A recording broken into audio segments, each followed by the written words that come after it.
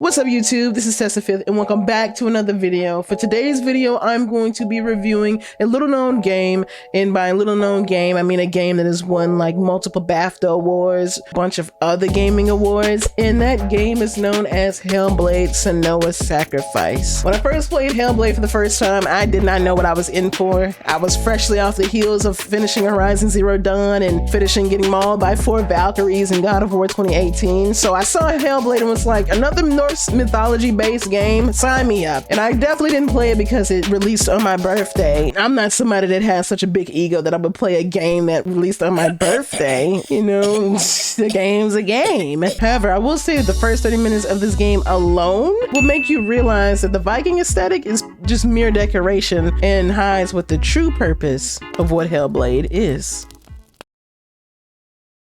To summarize Hellblade, the game stars our titular character Senua, a warrior who traverses Helheim to save the soul of her husband Dillion. In order to advance through the realm, Senua must overcome multiple tests and trials, but when Helheim is almost in her grasp, she is set off course by the goddess Hela. Of course, Senua slays Hela at the end of her journey, but like every game that aims to tell a story, there is more to this Norse mythology sandwich than what meets the eyes. The focal point of Hellblade is not just the end, but rather the journey to the end through the mind of Senua. Senua suffers from psychosis, which according to the National Institute of Mental Health, psychosis is any condition where there has been some loss of contact with reality. The symptoms include delusions and hallucinations. Psychosis itself can be an indicator of other mental illnesses such as schizophrenia and dementia. However, a person can experience psychotic episodes without having schizophrenia or dementia. As I consider mental health and illness a serious topic, I will do my best to discuss Hellblade with the same consideration, carefulness, and tact that its developers Ninja Theory made with this game, considering that they actually consulted a mental health advisor to accurately portray Senua's condition.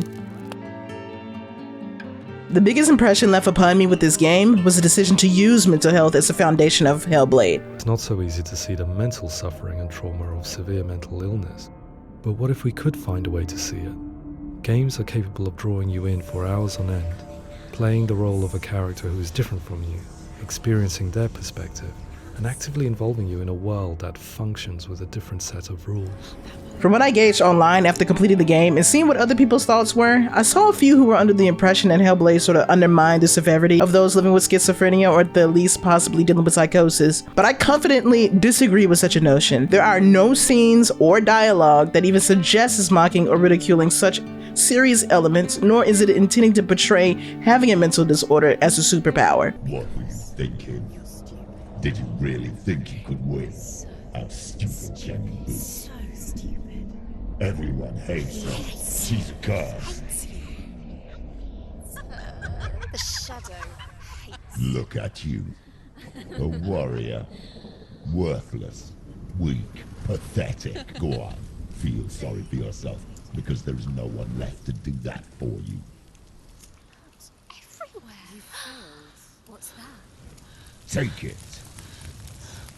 If you're too much of a coward to fight, then end the suffering.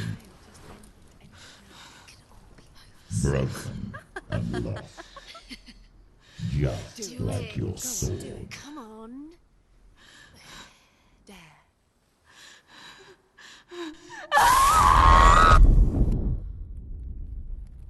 Rather, it does the opposite.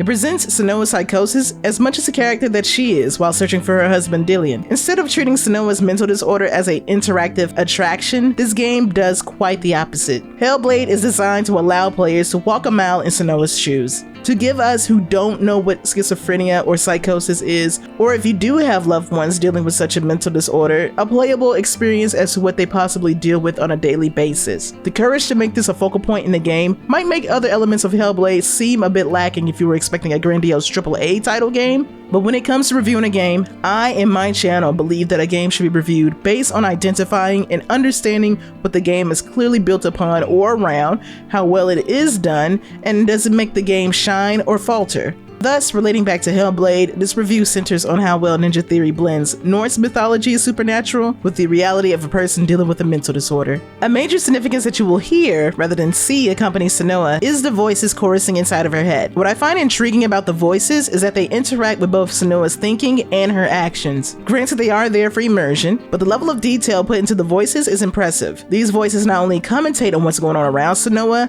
but they also react to what's going on around Senua. And since we are playing as her, they're the only voices of assurance we have to track our progress throughout the game. What I love about the voices the most, they are unreliable. Some of them lie to Senua. Some of them doubt Senua's choices. I hear her thoughts. It's not too late to get into the boat and go back. No one will judge her. Some of them will even mislead you down a wrong turn or path. However, if you are on the right track, there are voices that will praise you and reassure you that you are progressing. Quick, get to the house. Get to the house and finish this trial. It doesn't finish until you get to the house. Before he disappears, Senua. You have to get in. And the feeling is amplified if you play this game with headphones on. Trust me, it is a must. Now, to clarify, I do not love the voices for causing anxiety, whether that's towards Senua or the player. Rather, I love that the voices are presented authentically with no comedic undertone and are distinguishable from each other. They also give a refreshing break on what we are used to in video games when it comes to conflict. You see, there are 7 types of conflict presented in literature, so it's no surprise to say that all 7 types are also presented within video games. Senua's objective to slay Hela at first glance looks to be person versus fate or gods, but like the voices in Senua's head, the player is led to believe so in the same manner Senua believes Hela stands in her way of reuniting with her husband. Instead of person versus fate or god, I'm inclined to believe the game's conflict is person versus self, where a character finds themselves battling between 2 competing desires or selves, and usually works in the connotation of good versus evil. Of course, any piece of work can have multiple conflicts existing within its domain, and Hellblade is no exception to this. Both of these conflicts coexist in the game, however, one of these conflicts bears much more importance than the other.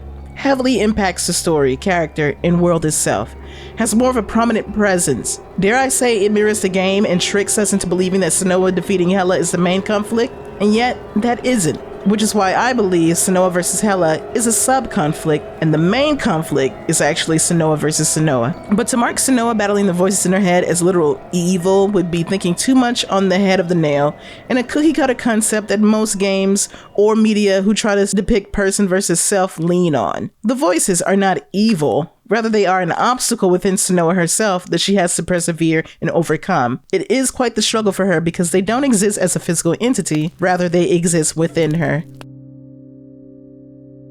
The gameplay of Hellblade consists of puzzles, pattern recognition, and stealth that Senua must go through in order to advance through each realm. And when starting out, can be a bit difficult to get a grasp on, as the game wants you to find things within the environment that shapes the required rune. If I remember correctly, I was stuck on the first rune for 40 minutes because the game doesn't brief you on what to look for. However, once you do realize how finding runes are structured, it becomes relatively easy. Taking into consideration that the first boss is Valraven, a god of illusion and trickery, the puzzles within his realm does turn up a notch, as befitting for a god. I would say his area was the most challenging out of all of the areas because there is a lot of exploration to do on top of solving puzzles, and when you walk through one of his gates, the environment changes. But for me, this area was also the most memorable one because of how challenging it was. Regardless though, this area certainly lived up to the title of Trickster Illusion God. Now, as far as the combat, it is janky at times and the combos are rudimentary. There's not much depth to the combo system, but there is a parry, and as far as using focus out in the wild, which allows her to enter into a state where she can zoom in on a particular object or area in the environment to align shards, repair bridges, find runes, and so much more. As far as focus's traits while you're fighting, well, in a combatic setting, focus actually turns into a slow motion like mechanic that's meant to be used sparingly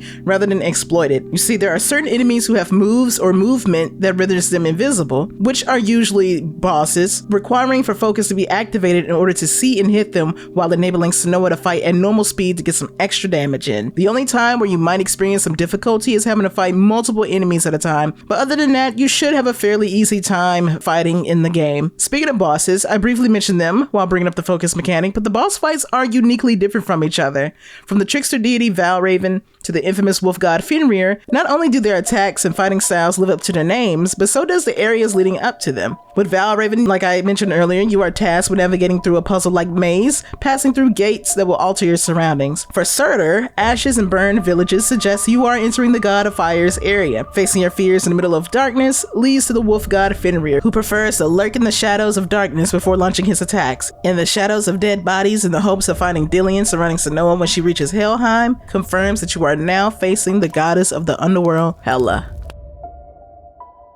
One critique I would give the game has to do with the controversial permadeath mechanic. I did not know that it was an actually heavily discussed topic. In the game, after your first fight, you are introduced to the concept of permadeath through the dark rot. Dark rot is this disease that spreads up Senua's arm every time the player dies. The game claims if the rot reaches Senua's head, then the player will lose all of their progress, resulting in their save file being deleted. However, according to multiple sources and players, this claim of permadeath is a bluff in order to add to the tension and to connect the players to Senua. At first, I was disappointed to find out that there was no permadeath in this game, but when you look at it, this game is intentionally designed to mislead the players. And that's the impressive part about it, if you ask me, that this game decided to stick to its true vision all across the board because it wants the player to be a reflection of Senua. It's befitting that the game would trick you into believing that bluff, just like Senua has to battle being tricked, self-doubting her abilities, and distrusting some of the voices in her head.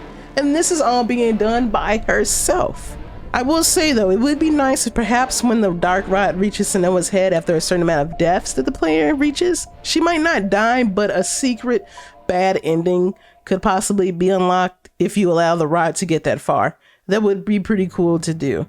And speaking of endings, I would have liked for a game like Hellblade to have multiple endings. Hopefully with the sequel being confirmed and announced back in 2019, which is titled Hellblade 2 Senua's Saga, I believe they will improve upon and flesh out some of these expectations more. All in all, if you journeyed through this video and made it to the end, then congratulations, you've won. Your prize, however, I don't really have anything other than a dimple kiss smile and crusty lips. If you enjoyed this video review, please make sure to subscribe and click on the notification bell so that you can be notified when the next review or next video drops. Also, don't forget to click on the like button and share this video so that my conquest to slay the algorithm gods can still go on. Until the next video though, please stay safe, stay healthy, peace.